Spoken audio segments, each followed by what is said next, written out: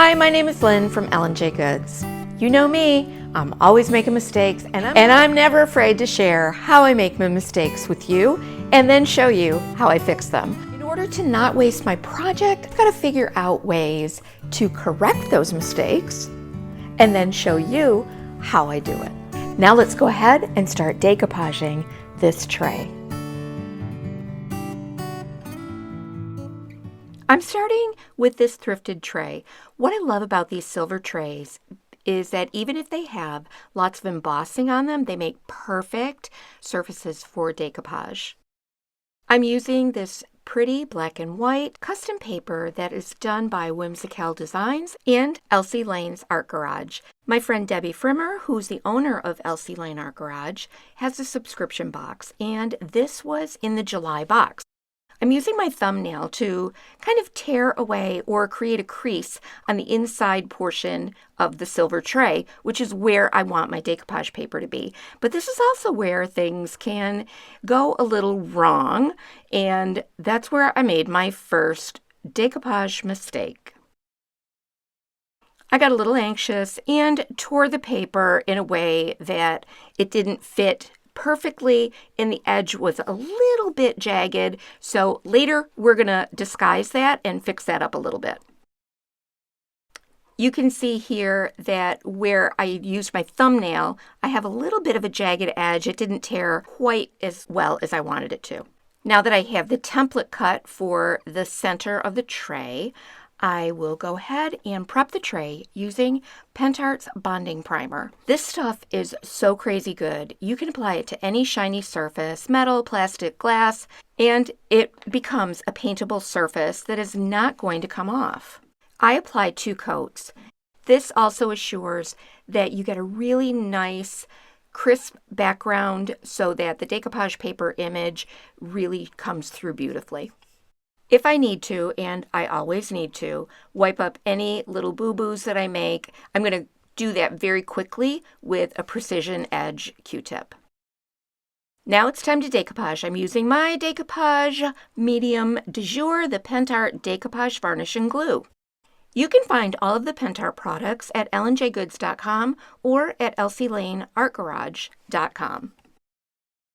Apply a generous coat of the decoupage medium, and then apply the tissue paper into the decoupage medium. This is where things go wrong for me all the time.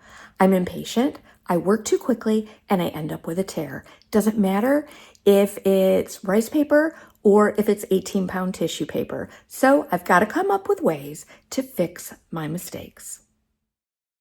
As I was smoothing down the decoupage paper with that Decoupage Queen felt edge squeegee, I got a little rough with it and I tore a section right out of the center. I mean, the good thing is it was torn in an area where I could easily replace that piece of tissue paper. And I have plenty of leftover scraps that I can use for patches. So I just kind of press that gently into place, and then I'm going to apply a layer of my decoupage medium right over the whole tray. I'll come back and fix that torn petal later. I looked for a piece of the decoupage paper scrap that was about the same color as the original flower. Yes, it's going to be off just a little bit, but I figured it would look like shadowing. And then I cut a piece in the shape of that one lower petal, trimming it just a little at a time until I got the right shape.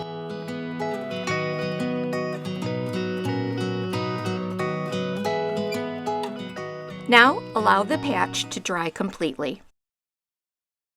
This is a fine tip black micron pen. I'll use this to draw in some outline details and a little bit of shading details that look a bit like this decoupage paper.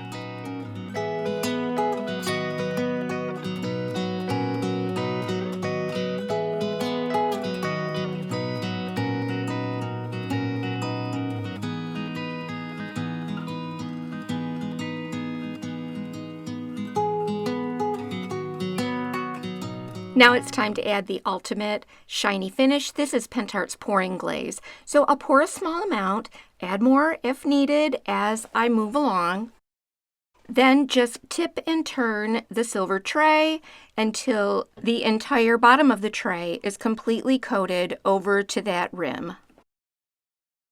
Hey, while you're here, we want to thank you for joining us here at EJG'S on YouTube. Let us know in the comments if you've ever tried any of these PENTART products, or if you have any great ideas for upcycling vintage silver trays.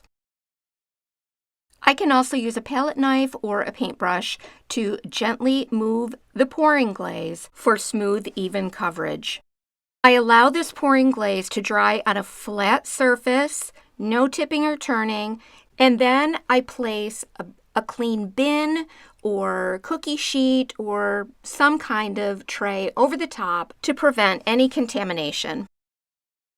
Now it's time to fix that first mistake where I had those uneven tears around the rim edge of the decoupage paper. So I'm using the PENTART's 3D decor pen in silver and outlining the center of the tray with a little easy pattern to cover that decoupage paper edge and also provide a little extra bling.